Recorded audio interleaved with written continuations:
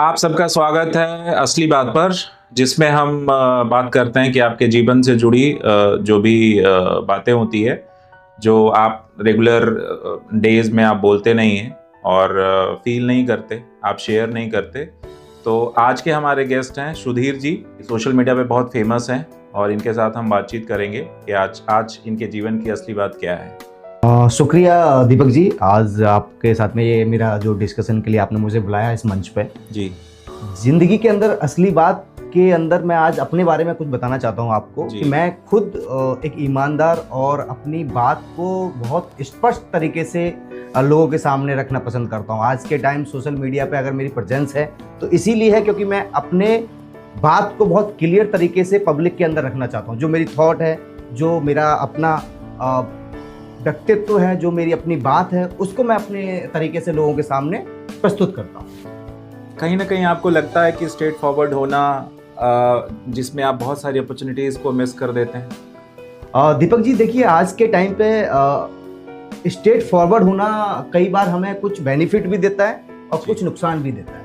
अभी बेनिफिट जो आपको देता है, अभी जो है आज के टाइम में कुछ चीज़ स्ट्रेट फॉरवर्ड किसी के सामने बोलता हूँ या अपनी बात को रखता हूं तो वो मीडिया के अंदर अगर आपने देखा होगा, लोग अपनी बात को रख तो देते हैं। अभिव्यक्ति की आज़ादी इसी चीज़ के लिए हम कहते हैं कि हमारे पास में अभिव्यक्ति की आज़ादी है, जो कि हम अपने आप की अपनी बात को, अपनी सोच को हम दुनिया के सामने रख सकते हैं।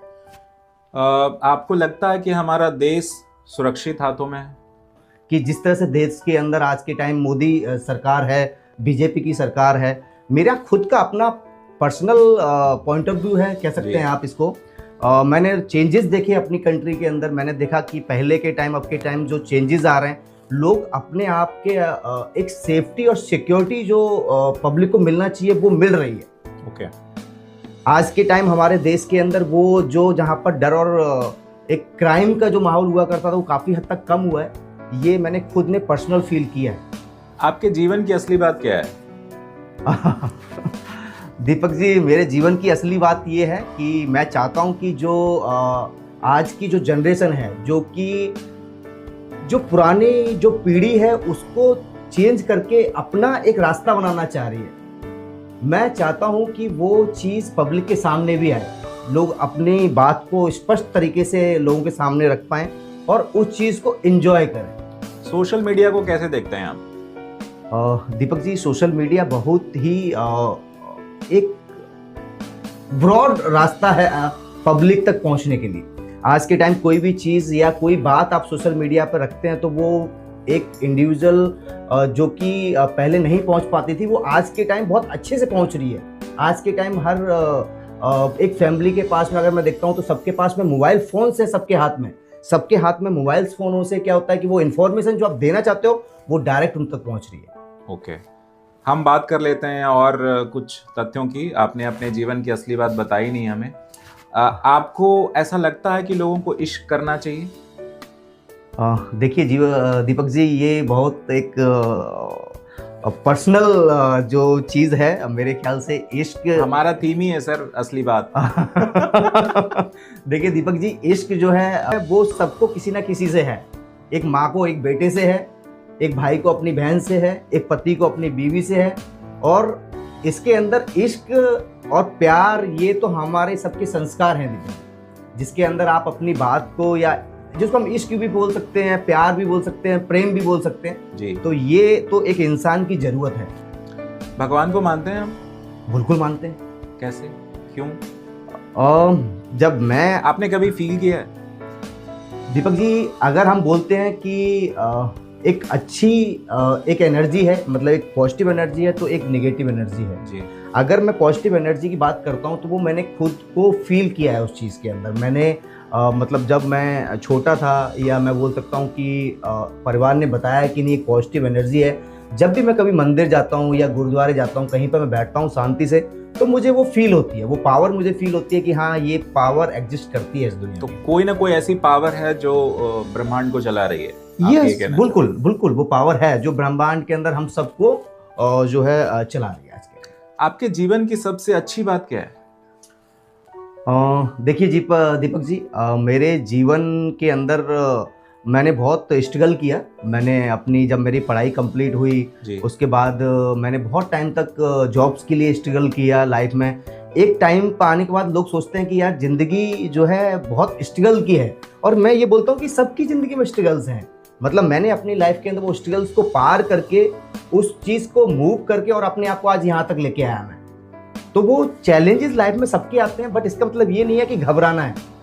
ज़िंदगी में आपके प्रॉब्लम्स आएंगी, उस प्रॉब्लम से आगे निकल के आपको अपनी बात को स्ट्रांगली रख के और आपको पॉजिटिव एनर्जी के साथ आगे बढ़िए। लाइफ में आपको सब कुछ अचीव करेंगे आप। आजकल हम लोग जनरेशन्स की बात करते हैं तो जिसमें जेनजी की काफ़ी बातचीत होती है जी। तो आप जेनजी को कैसे देखते हैं? मतलब उनका पोटेंशियल क्या है और क्या वो हमारे देश के लिए, जो देश का, जैसे मोदी जी का एक विज़न है कि 2047 में हमारा देश डेवलप होना चाहिए और हम लोग करेंगे, तो उस दिशा में जेनजी का क्या कंट्रीब्यूशन है और are they going in a right direction?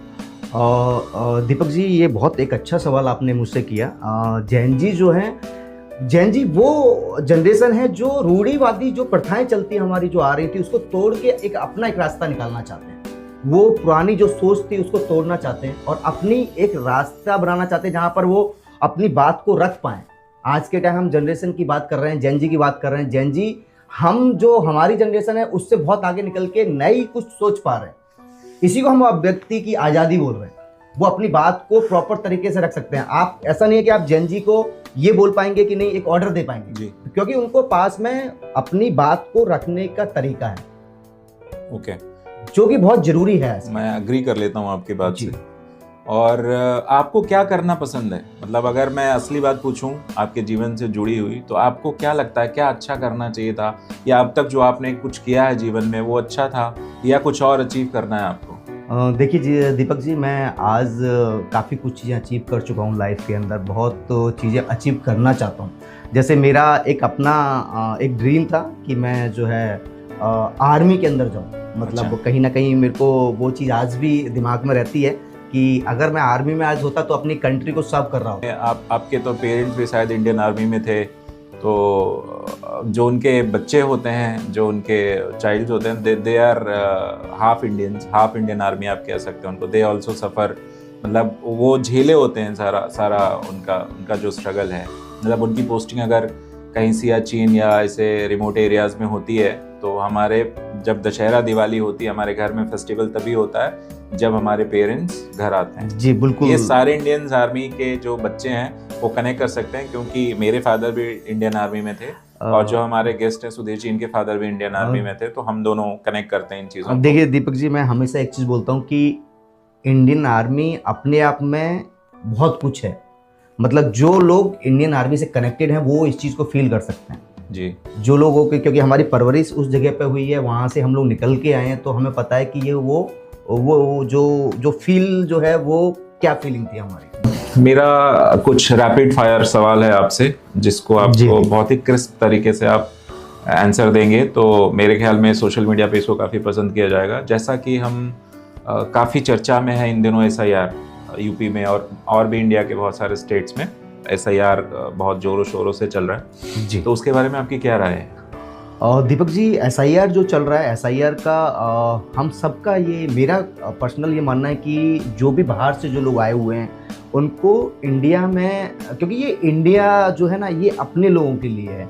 ये अगर कोई रोहिंग्या या जो बांग्लादेश से जो लोग आए हैं तो मेरा बहुत क्लियर थॉट है इसमें कि उनको अपनी कंट्री में जाने का, जो आसपास के किसी भी दूसरे कंट्री से आए उनको अपने देश, उनको बिल्कुल अपने देश जाना चाहिए, क्योंकि ये हमारा देश है। अगर हम लोग और हमारा अधिकार है यहाँ पर रहने का, वो अधिकार हमारा कोई और छीन के ले जा रहा है हमारे सामने, तो वो तो नहीं चलना। हमारे नेक्स्ट जनरेशन का अधिकार वो लेके जा रहा है। जी बिल्कुल।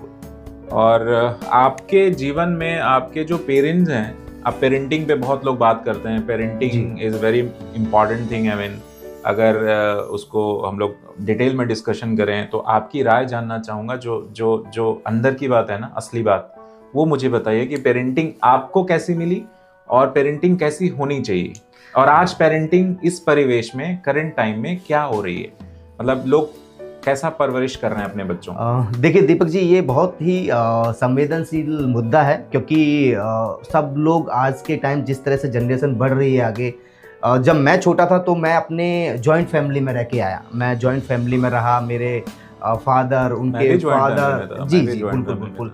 और जॉइंट फैमिली में रहने के बाद जब मैं अभी भी हम लोग जॉइंट फैमिली में, बट मैं आज के टाइम में देख रहा हूँ समाज के अंदर न्यूक्लियर फैमिली का कॉन्सेप्ट ज़्यादा बढ़ रहा है। बच्चे सिंगल, मदर फादर सब जॉब कर रहे हैं, बच्चा सिंगल घर में है, उनके ऊपर मेड के ऊपर वो बच्चा रह रहा है। तो वो मतलब मैं अपने लिए चिंतित नहीं हूँ मैं चीज़ को लेके। मुझे लगता है वो पेरेंट को अपने बच्चों का ध्यान रखना पड़ेगा। वो बच्चे हम क्या परवरिश दे रहे हैं उन बच्चों को, वो बच्चों को हमें और अच्छी परवरिश देने का सोचना चाहिए। वो उनका अधिकार है।